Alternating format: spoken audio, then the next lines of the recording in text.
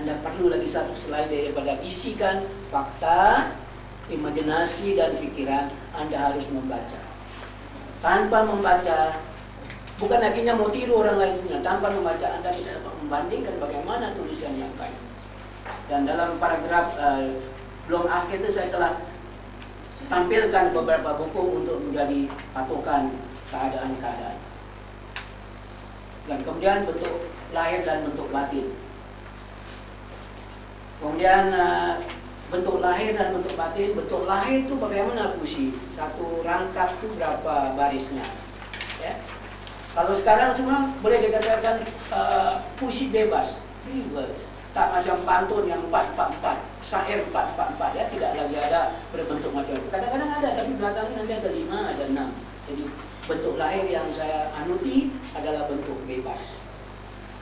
Dan kalau Anda lihat dalam itu ada bentuk yang saya tulis begini, ini bentuk tradisional.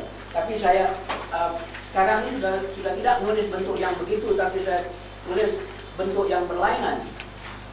Ada juga orang tulis yang bentuk di tengah-tengah gini ya. Nanti saya akan terangkan mengapa.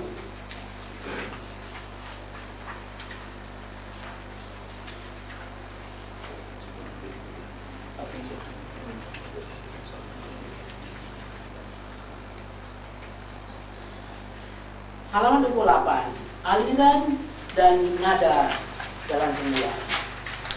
Ini sebagai sampingan. Orang tengok nanti aliran saya ini apa? Tapi saya selalu bertolak kepada sesuatu yang berfakta, yang ada. Apa yang ada, saya tulis kembali dengan imajinasi saya dan dengan pikiran saya. Jadi saya bertolak pokoknya berdasarkan fakta, berdasarkan orang Melayu, berdasarkan apa-apa yang berada di Singapura. Kalau awak beri saya satu aliran yang saya pakai, boleh. Misalnya saya adalah orang yang menulis dengan tulisan beralirankan kenyataan. Apa dalam bahasa Inggrisnya? Aliran kenyataan. Realisme. Tidak boleh cakaplah saya pakai realisme, karena ada hal-hal apabila kita cakap sesuatu harus ada buktinya. Misalnya Profesor Rahman Syahrir, Rahman Nafia ya, mana si kana. Mengatakan saya dalam cerpen mengambil aliran idealisme. Dari realis kita boleh pergi kepada idealisme. Karena dia dicampur dengan satu ide-ide atau ide-ide baru yang boleh menimbulkan. Jadi di antara realisme dan idealisme, terserahlah pada Anda untuk membuat tafsiran. Saya tidak akan mengaku bahwa saya aliran realisme. Tetapi mana sih karena mengatakan saya di antara realisme dan idealisme. Itu dalam buku tokoh sastrawan Nusantara.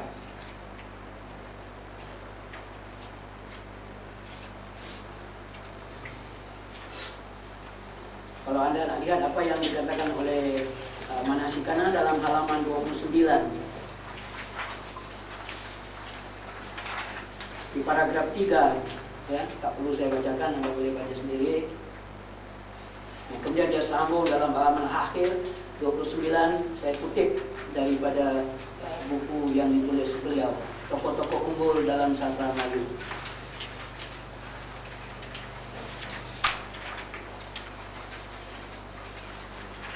Oke, kata pengurusi boleh break 1-2 menit, jadi saya berhenti 1 menit. Dalam buka pada soalan atau nak lebih lanjut penerangan, silakan. Ini macam berbentuk interaktif yang mana kurang puas dan apa yang disampaikan oleh jelas. Contohnya fakta. Bila kita karya membuat satu karya novel ke ataupun cerpen ke atau puisi, berapa persen, berapa peratus fakta, berapa peratus imajinasi? Nak tanya kepada Cikgu Surahman, siapa nak tahu? Atau semua dah tahu? Atau tak nak tahu? Macam mana? Kita juga berapa banyak? Berapa peratus itu tentang fakta yang dalam karya kita? Berapa persen fakta? Berapa persen imajinasi? Saya tak pakai apa hitung-hitung. pengarang ni selalu tak suka itu. Dia banyak menggunakan fikirannya, ideanya. Kalau ambil fakta itu menjadi berapa persen? Tidak. Adalah faktanya. Tanpa fakta tak menjadi sesuatu yang Anda boleh tulis. Nanti jadi cerita kartun juga. Ya? Dan harus ada imajinasi. Tanpa imajinasi akan kaku. Macam saya katakan tadi, pelancong yang mengambil gambar persis. Berbeza dengan seorang pelukis. Melukis dengan brush dan watercolor ataupun oil color akan berbeda. Disitulah letaknya, perbedaannya. Dan kemudian yang akhir ada pikiran yang akan dilontarkan.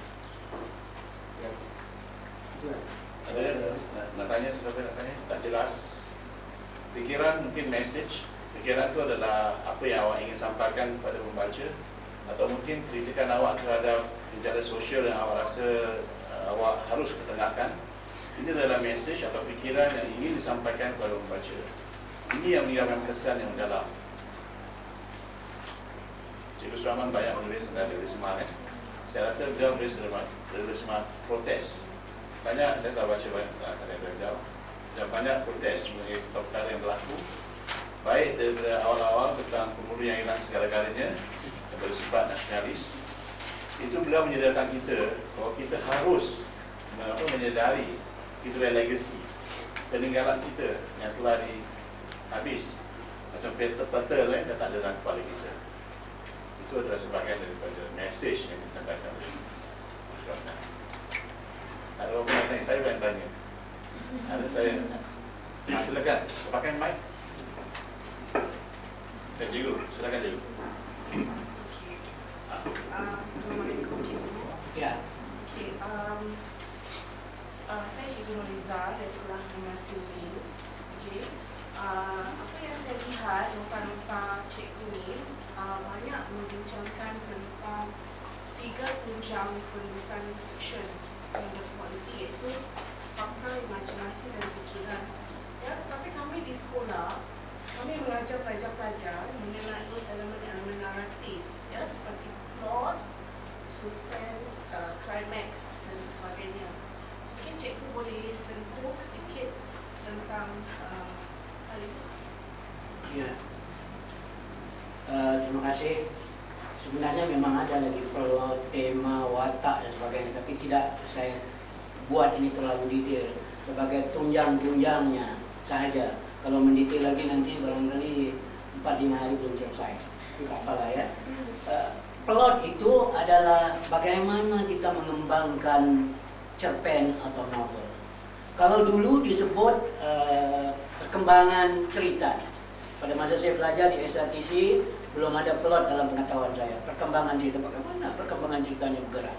Tapi sekarang orang membedakan perkembangan cerita itu adalah cerita-cerita lama, cerita-cerita hikayat. Pernah dengar hikayat si miskin tak? Kita tak pernah belajar sastra lama. Hikayat si miskin. Tak ada ya? Si kaya adalah Hikayat Sri Rama, hikayat Hang Tua, ada? Pak Lantek, hikayat di Kuan Yu, ada baca? Misalnya cerita si miskin atau dalam bahasa Sanskritanya Marakarma. Ceritanya bagaimana si miskin atau Marakarma ini menjadi raja di Kayangan pada suatu hari telah melakukan suatu kesalahan. Lalu diadakanlah board meeting raja-raja di Kayangan sana. Akhirnya si Marakarma didatai bersalah. Lalu dihumban ke dunia dari langit atas sana ya, di atas kita tak pakai payung terjun, tak payah pakai roket, tak payah kapal terbang, tapi masih hidup sampai bawah. Bayangkan, kalau orang jatuh dari tingkat 5 aja baru kemarin ya, habis jul. Jadi itu, dia sampai di dunia, dia pun berdiri. Lalu dia berdiri, dia berdoa-doa, ya Allah ya Tuhanku, masih ada Islamnya. Dan aku beriang-iang masih ada Hindunya.